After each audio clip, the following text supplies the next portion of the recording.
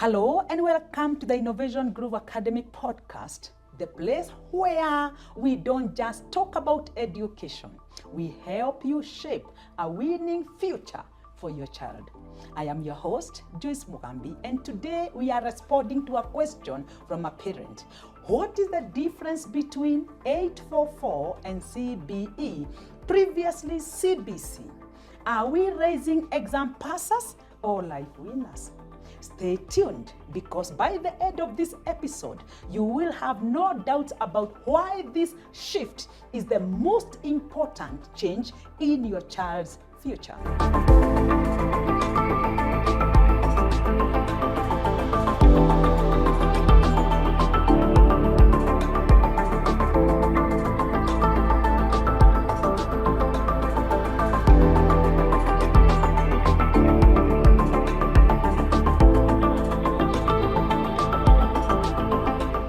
Let's start by looking at where we have come from.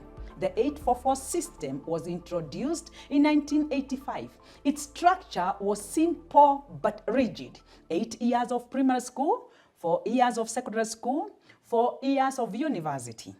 The focus was clear: academic performance measured through high-stakes national examinations, KCPE and KCSE.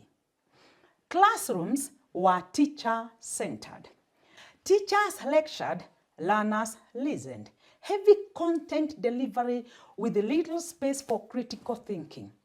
Rote memorization was king. If you could cram it, you could pass. The result: stressed learners and teachers, and a generation that associated education with anxiety and high pressure than curiosity and discovery. And the assessments, entirely summative. Your progression depended on that one final examination. If you failed in KCPE or KCSE, and your future prospects were limited overnight. Let's be honest. Parents, how many of us still have anxiety flashbacks to examination rooms even today? The problems of the 844 system: overloaded curriculum, little attention to real-life practical skills. Pressure so intense that cheating in examinations became a survival strategy rather than a moral failure. No room for learners with talents in arts, sports, or hands-on skills to thrive. It produced great examination passers, but did it produce life winners? In 2017, Kenya launched the competency-based education system under the new 26333 structure.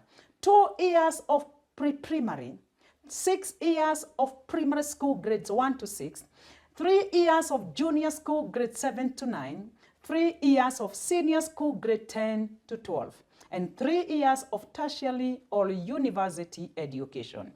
But this isn't just the new structure. It's a complete transformation in philosophy. CBE focuses on skill acquisition and practical application of knowledge. Learner-centered, activity-based learning, critical thinking, creativity, collaboration, and communication. Instead of asking, what does this child know? CBE asks, what can this child do with what they know?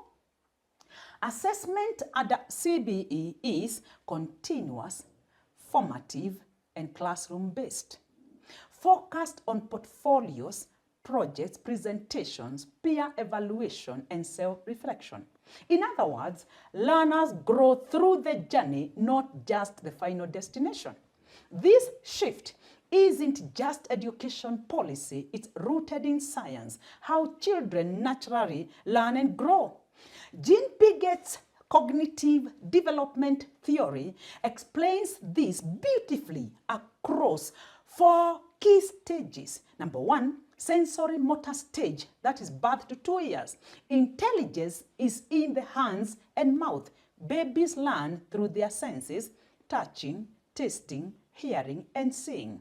That's why pre-primary 1 and 2 focus heavily on play, music, colors, and storytelling. Number 2, pre-operational stage 2 to 6 years, children begin using language and symbols but aren't yet logical thinkers.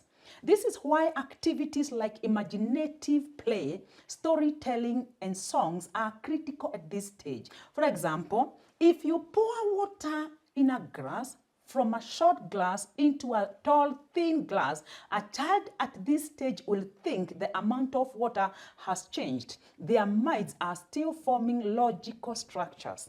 Number 3, concrete operational stage, age 7 to 11 years.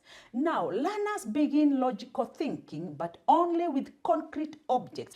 This is why CBE emphasizes real-life applications like using blocks for counting or science experiments with actual materials. Number 4, formal operational stage, age 12 and above. Learners start reasoning abstractly and thinking deeply about ideas. This is why vocational training should begin at grade 7 at the CBE to connect theoretical knowledge directly to future careers. At Innovation Groove Academy, we embrace this model fully, introducing vocational experiences in grade 7 to connect learning with the real-world opportunities. Let's break this down practically. In CBE, a learner studying electricity doesn't just read about circuits, they build one. In biology, they don't just memorize body systems, they explore health, nutrition, and even medical science basics. By grade 7, learners are exposed to engineering concepts, medical sciences, and experiments. Imagine your child exploring future career paths long before university. How powerful is that? Parents, here is how you can support this shift. Number 1, shift your language at home. Stop asking, what grade did you get? Start asking, what did you learn to do today? Number 2, embrace play and practical learning in the early years. Remember, play is not a waste of time. It's building critical cognitive foundations. Number 3, recognize all talents, not just academics. CBE values academics, yes, but also sports, arts, innovation, leadership, and entrepreneurship. Number 4, partner with a school like Innovation Groove Academy. We don't just prepare learners for the next examination, we prepare them for life. And isn't that the real goal? Let's delve into the most recent data and initiatives. Number 1, growth in educational institutions. According to the Kenya National Bureau of Statistics, the total number of schools in Kenya increased by 4.9%, reaching 93,988 in 2023, up from 89,615 in 2022. This expansion reflects the government's commitment to accommodating the growing number of learners under the CBE framework. Number 2, early childhood education enrollment. Pre-primary school enrollment saw a 2.0% increase, totaling to about 2,885,600 learners. Notably, enrollment for girls grew by 2.7%, while boys' enrollment increased by 1.2%. This uptick underscores the emphasis on foundational learning in the early years, a cornerstone of CBE. Number 3, senior school enrollment. Senior school enrollment experienced significant 4.8% rise, reaching 4,109,500 learners in 2023, up from 3,920,300 in 2022. This growth indicates a positive response to the pathways and flexibility offered by CBE at the secondary school level. And number 4, teacher workforce dynamics. While the number of teachers in public primary schools slightly declined by 0.8% to 219,000, the number of teachers in public secondary schools and teacher training colleges increased from 124,000 in 2022 to 125,000 in 2023. This shift aligns with the increased focus on secondary education and senior and teacher preparedness under CBE. In April 2024, the Ministry of Education officially transitioned from the competency-based curriculum CBC to competency-based education CBE.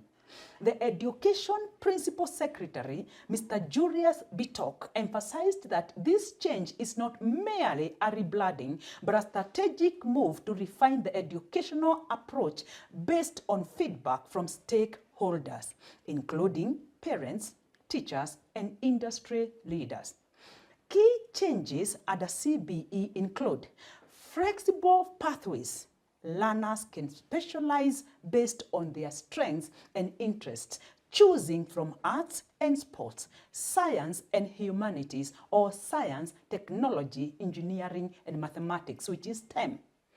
Simplified assessments, reducing unnecessary workload and focusing on practical skills and competencies. Number 2, enhanced employability, stronger focus on preparing learners for employment and entrepreneurship through practical skills training. As parents and stakeholders, embracing this change means supporting our learners in exploring their interests, developing their skills, and preparing for a future full of possibilities. So, parents, I ask you again, are you preparing your child to simply pass the next exam or to win at life?